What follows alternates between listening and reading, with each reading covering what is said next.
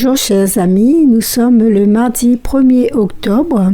C'est Lina avec vous pour vous présenter la séquence de ce jour de l'émission Jésus est mon guide. Bienvenue à tous les auditeurs de Radio Arc-en-Ciel et à tous ceux qui nous écoutent sur les réseaux sociaux. Il est bon d'écouter la parole de Dieu dès le matin. Aujourd'hui, nous fêtons Sainte Thérèse de l'Enfant Jésus, encore appelée la Petite Thérèse, une grande sainte dans l'histoire de l'Église catholique. Elle est née à Lisieux, on l'appelle aussi Sainte Thérèse de Lisieux. Elle est née le 2 janvier 1873, elle est morte le 30 septembre 1817.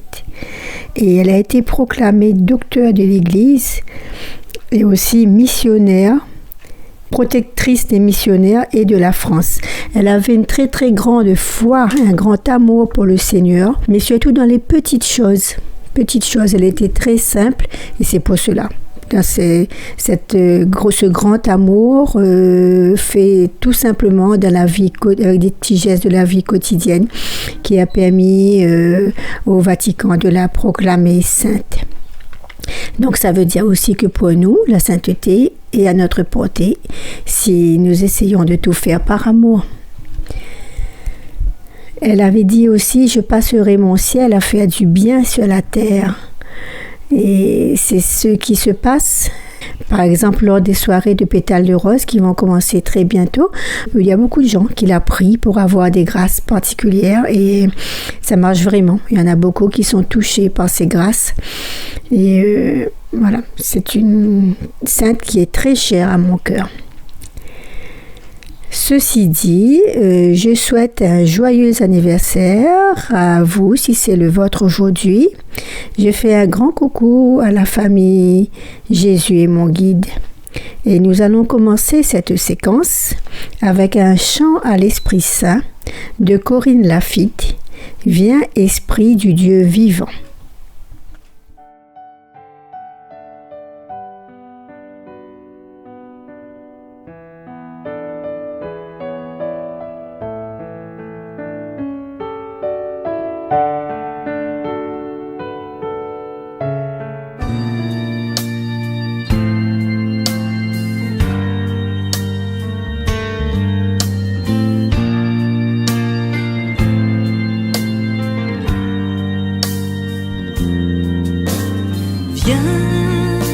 Esprit du Dieu vivant, baptise-nous tout à nouveau. Viens et répands sur nos vies la rosée fraîche de l'Esprit.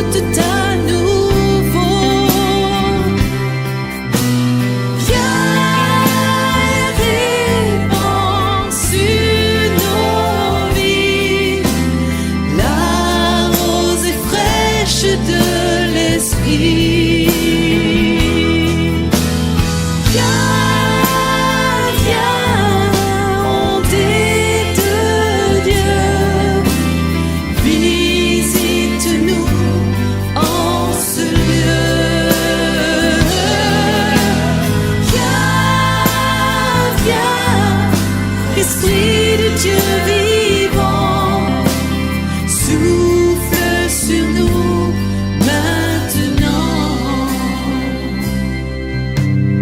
Envoie sur nous l'esprit de repentance, convainc-nous du jour du jugement.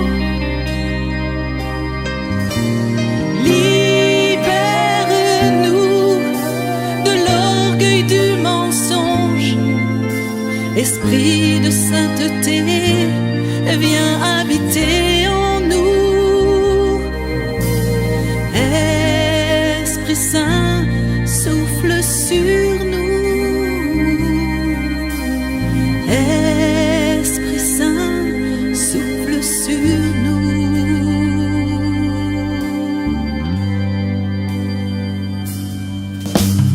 Viens, Esprit du Dieu vivant.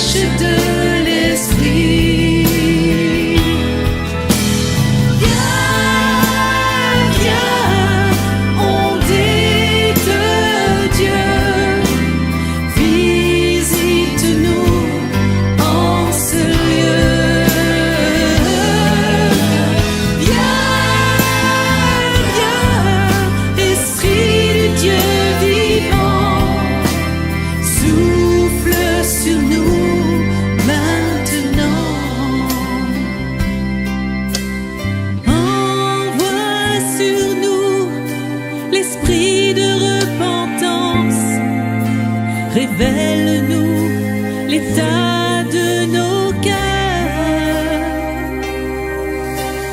Pardonne-nous notre suffisance, notre intercession sans larmes et sans ferveur. Fais naître en nous tes prières. Esprit Saint, souffle sur nous.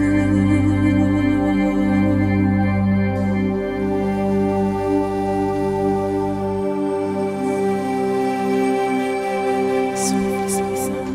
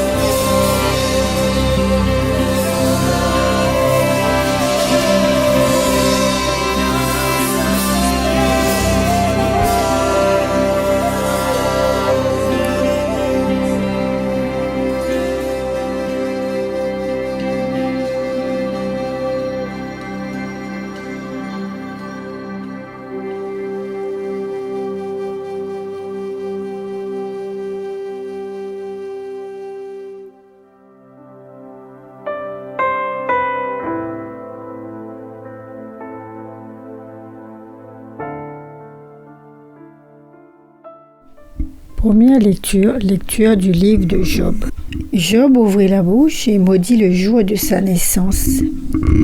Il prit la parole et dit : Périsse le jour qui m'a vu naître et la nuit qui a déclaré : un homme vient d'être conçu.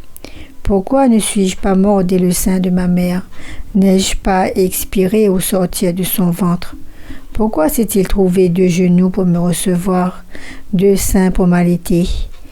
Maintenant je serai étendu au calme, je dormirai d'un sommeil reposant, avec les rois et les conseillers de la terre, qui se bâtissent des mausolées, ou avec les princes qui ont de l'or et remplissent d'argent leur demeure. Ou bien, comme l'avorton que l'on dissimule, je n'aurai pas connu d'existence, comme les petits qui n'ont pas vu le jour. Là, au séjour des morts, prend fin l'agitation des méchants. Là reposent ceux qui sont exténués. Pourquoi Dieu donne-t-il la lumière à un malheureux, la vie à ceux qui sont pleins d'amertume, qui aspirent à la mort sans qu'elle vienne, qui la recherchent plus avidement qu'un trésor? Ils se réjouiraient, ils seraient dans l'allégresse, ils exulteraient s'ils trouvaient le tombeau. Pourquoi Dieu donne-t-il la vie à un homme dont la route est sans issue et qu'il enferme de toutes parts? Parole du Seigneur. Nous rendons grâce à Dieu.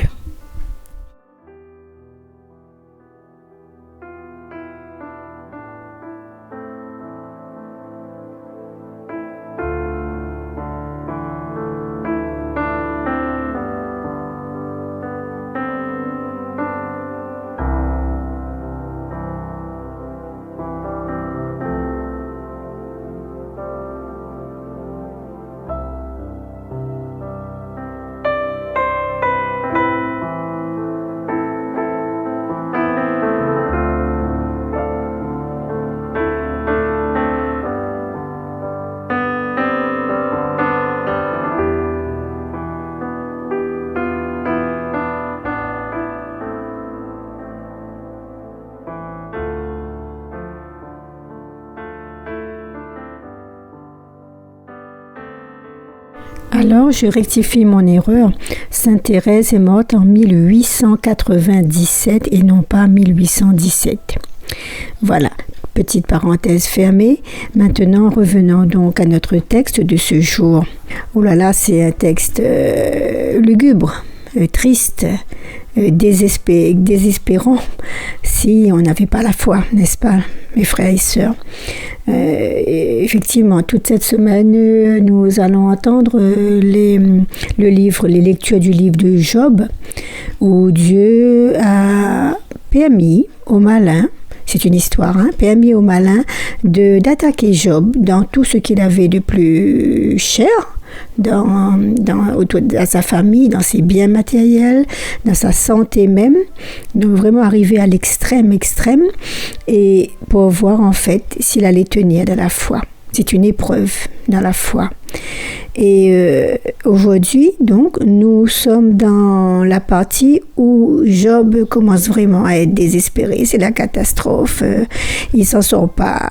Et puis il dit, mais pourquoi j'ai la vie? Pourquoi le Seigneur a voulu que je voie la lumière? C'est trop compliqué, c'est difficile. Tout ce que je désire, moi, c'est mourir, parce que dans la mort, on se repose, dans la mort c'est fini.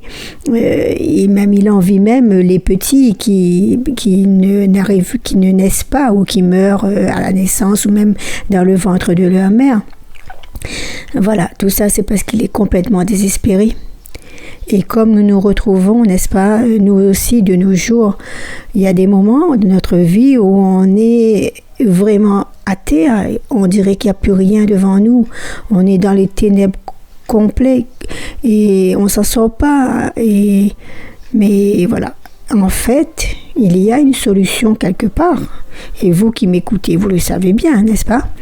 Tous ceux qui marchent avec le Seigneur, qui crient vers Dieu, surtout lorsqu'ils sont à terre, lorsqu'ils sont près de tomber, ils voient cette lumière au bout du tunnel. Mais effectivement, si on fait partie de la grande part de la population qui ne croit plus en Dieu, qui ne prie plus, qui met son orgueil, son ego. Dans moi, je suis capable de me relever tout seul. J'ai pas besoin d'aller à la messe. Je n'ai pas besoin du bon Dieu qui vive de son côté. Moi, je gère mes affaires. Je ne crois même pas en Dieu. Certains ne croient absolument pas en Dieu. Eh bien, effectivement, quand le malheur arrive, c'est trop, trop dur. Voilà, donc c'est à chacun d'écouter sa conscience, parce qu'il y a une petite voix qui dit tu sors bien de quelque part, et qui t'a créé, tu t'es fait tout seul, ta vie t'appartient. Tout ça c'est à revoir peut-être aujourd'hui, se remettre en cause et peut-être revoir sa foi en notre Dieu Tout-Puissant. Donc voilà, il y a une solution. Une solution, c'est de se tourner vers Dieu et savoir accueillir la bonne nouvelle de Jésus, qui est notre Sauveur, qui nous apporte amour, paix dans nos vies. Dieu permet que l'on soit atteint dans nos biens et même parfois dans notre chair, comme Job. Et il veut, lui, ce qu'il attend, c'est que nous crions vers lui, que l'on l'appelle et qu'on mette toute notre foi en lui, qu'on croit vraiment qu'il puisse faire quelque chose pour nous, parce que tout est basé sur notre foi. Et en général, quand on est dans des situations extrêmes, et qu'on dit « Seigneur », il y en a qui disent ça, « Seigneur, si tu existes, montre-toi, manifeste-toi dans ma vie » quand ils sont aux portes de la mort, là. Et en général, le Seigneur leur apparaît et leur montre exactement ce qu'il attend d'eux, ce qu'il en est. Il ne faut pas oublier quand même que Jésus, notre Sauveur, a donné sa vie. Il est mort sur la croix pour toi, pour moi, pour chacun de nous, afin de nous racheter, de sauver notre âme et de rester à jamais avec lui dans la vie éternelle. Il y en a qui croient qu'après la mort, c'est fini, on ne croit plus à la vie éternelle. Même chez nous, de nos jours, à la Réunion, des catholiques croient ça. Mais c'est aberrant. Ils ne lisent pas la parole de Dieu, ils ne croient pas en la parole de Dieu. En fait, le malin est arrivé à un tel point, il met un tel trouble dans notre esprit que beaucoup sont perdus. Et c'est pour sa plus grande joie, lui, parce que tout ce qu'il veut, c'est qu'on se détourne de notre Dieu. Donc Jésus, lui, ce qu'il désire, c'est que nous revenions à lui de tout notre cœur, que nous mettons donc toute notre confiance en lui. Et si nous sommes accablés de malheur, vous savez, dans l'Église et dans certaines familles, il y a possibilité aussi de se retourner vers des personnes qui pourraient prier pour nous, qui pourraient nous consoler, nous aider, soit matériellement, soit spirituellement. Mais encore faut-il que d'abord, quand je tourne vers de bonnes personnes, on prie l'Esprit Saint pour savoir à qui je peux faire confiance. Et ensuite, aussi parfois, c'est sortir un petit peu de son ego, de son orgueil. Oui, je suis athée, je fais pitié, mais là, sans l'aide d'autres frères et sœurs en Christ, je ne pourrai pas m'en sortir. Donc, demandons l'union de prière, c'est très très important. Et c'est une force que le Seigneur nous donne pour nous relever, en fait. C'est lui-même qui agit à travers ces personnes qui peut mettre dans notre vie autour de nous. Et puis, à mon avis, là c'est un peu personnel, mais apparemment c'est ce que j'entends dans les différents enseignements que j'écoute en ce moment. Il n'est pas bon toujours de s'apitoyer sur son sort, surtout sur des petits bobos. Ah ouais, ils m'ont dit, Seigneur, mes jambes, il fait mal. Oui, d'accord, on a un peu de souffrance, on a un peu de mal, mais est-ce qu'on va se plaindre tout le temps pour un oui, pour un non? Le Seigneur, lui, qui a connu toutes les souffrances, tous les malheurs, qui a porté tous nos péchés, lui, il a fait tout ça par amour. Donc, en fait, il faudrait plutôt dire merci, Seigneur, pour les 2 jambes que j'ai, lui rendre grâce, le remercier et lui dire je veux unir mes souffrances à ta croix, à tes souffrances, Seigneur, parce que toi qui as tout supporté, tu sais de quoi il s'agit, tu peux me comprendre vraiment et tu peux aussi, Seigneur, me donner toutes les grâces nécessaires pour passer ce malheur, pour passer ces moments difficiles. Si on ne peut pas avoir la guérison tout de suite, peu importe, on ne va pas s'énerver contre le Seigneur pour ça, mais on peut lui demander la grâce et ça, je peux vous assurer que si vous criez vers lui avec un cœur brisé et contrit, un esprit brisé et contrit, le Seigneur va vous soulager. Le Seigneur va écouter votre prière et il va vous donner toute la force et les grâces nécessaires pour traverser votre malheur. Et en même temps, il est dit, il y a des gens qui disent, des gens bien informés, il y a des professeurs, des théologiens, que quand on unit comme ça nos souffrances à celles du Christ, le Seigneur profite de cette situation pour sauver des âmes, pour ramener des âmes à lui. Alors voyez un peu la valeur de nos souffrances, à quel point, voilà, vraiment, si on peut demander cette grâce-là, de tourner dans le sens positif plutôt que de se lamenter et de se plaindre tout le temps, aïe, aïe, aïe, aïe, aïe, aïe, de toute façon, vous savez très bien que ça n'arrange rien, ça ne fait pas avancer notre problème, n'est-ce pas? Voilà, mais donc c'est sûr que si l'on compte, que ce soit pour s'en sortir, au pire, certains vont voir ailleurs. Ils vont chercher d'autres bons dieux dans d'autres religions. Ils vont voir des voyants, des sorciers, des marabouts, des tireurs de cartes, etc. Et bien, si on va de ce côté-là, les problèmes ne vont pas du tout se résoudre. Tôt ou tard, ils vont empirer. Peut-être que momentanément, ça va s'arranger, mais très rapidement, on va ouvrir les portes au mal, en fait, au malin. Et il y aura plein d'autres problèmes qui vont s'insinuer en nous. Et aussi, alors il y en a que quand ils prient le Seigneur, ils n'ont pas tout de suite la réponse à leur prière, et ben ils se détournent de Dieu. Ah ben si c'est comme ça, moi je viens plus à la messe, moi je prie plus, débrouille-vous Seigneur. Et donc, comme si le Seigneur était un magicien à notre service, notre esclave en fait. Hein, que je claque des doigts et je veux que tu fasses ce que je veux, quand je veux. Et ben non les amis, ça ne se passe pas comme ça. Le Seigneur, il est tout puissant. Il sait très bien ce qui est bon pour nous et à quel moment il va le faire. Et pourtant, justement, dans sa grande miséricorde, il a beaucoup de compassion. Si malgré notre mauvais comportement, notre rejet de Dieu, un peu plus tard dans notre vie, on revient vers lui, et bien, dans sa grande miséricorde et son grand amour, il va nous accepter, il va nous accueillir et nous combler de son amour. Il va nous donner selon son cœur, et comme dans l'histoire du fils prodigue qui revient vers Dieu, vers son Père. Dieu va nous accueillir de la même façon, peut-être à travers le sacrement de réconciliation, et il va nous combler de son amour et de sa paix. Pour autant, on ne doit pas donc le fréquenter seulement pour avoir la santé, la richesse, la réussite familiale. Dieu nous demande de lui rester fidèle en tout temps, de rendre grâce toujours. Et ainsi, nous connaîtrons des moments de paix, de répit, d'amour, de joie, mêlés de temps en temps à des moments de souffrance et de douleur. C'est la vie, ça, non? Mais nous pourrons les traverser avec plus de force, plus de calme, plus de courage et de persévérance si nous mettons Dieu de notre côté.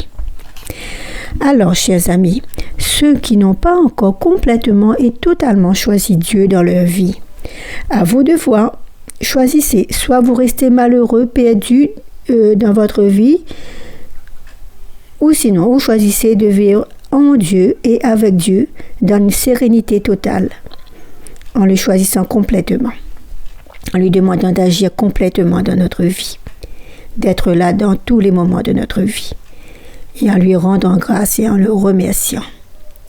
En tout cas, soyez assurés de nos prières, restons en union de prière les uns avec les autres, surtout si en ce moment vous traversez des moments difficiles comme Job. Et je sais que ça arrive souvent dans la société où on est. Je suis personnellement de tout cœur avec vous et je vous demande au Seigneur de vous bénir. Et je vous demanderai aussi, chers auditeurs, chers amis, de prier pour moi, pour tous les miens, parce que la vie n'est pas toujours facile. Et si d'un seul cœur nous élevons notre prière vers notre Dieu Tout-Puissant, lui aussi nous comblera de sa grâce et de sa miséricorde. Merci Seigneur.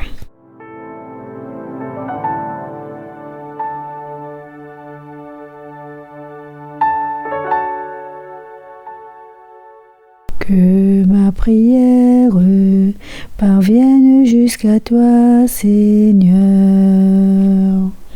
Seigneur, mon Dieu et mon salut, dans cette nuit où je crie en ta présence, que ma prière parvienne jusqu'à toi. Ouvre l'oreille à ma plainte. Que ma prière parvienne jusqu'à toi, Seigneur. Car mon âme est rassasiée de malheur, ma vie est au bord de l'abîme, on me voit déjà descendre à la fosse, je suis comme un homme fini.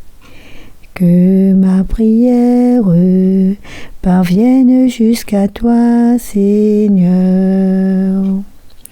Ma place est parmi les morts, avec ceux que l'on a tués, enterrés, ceux dont tu n'as plus souvenir, qui sont exclus et loin de ta main. Que ma prière parvienne jusqu'à toi, Seigneur. Tu m'as mise au plus profond de la fosse, en des lieux engloutis, ténébreux. Le poids de ta colère m'écrase. Tu déverses tes flots contre moi. Que ma prière parvienne jusqu'à toi, Seigneur. Que ma prière parvienne jusqu'à toi, Seigneur.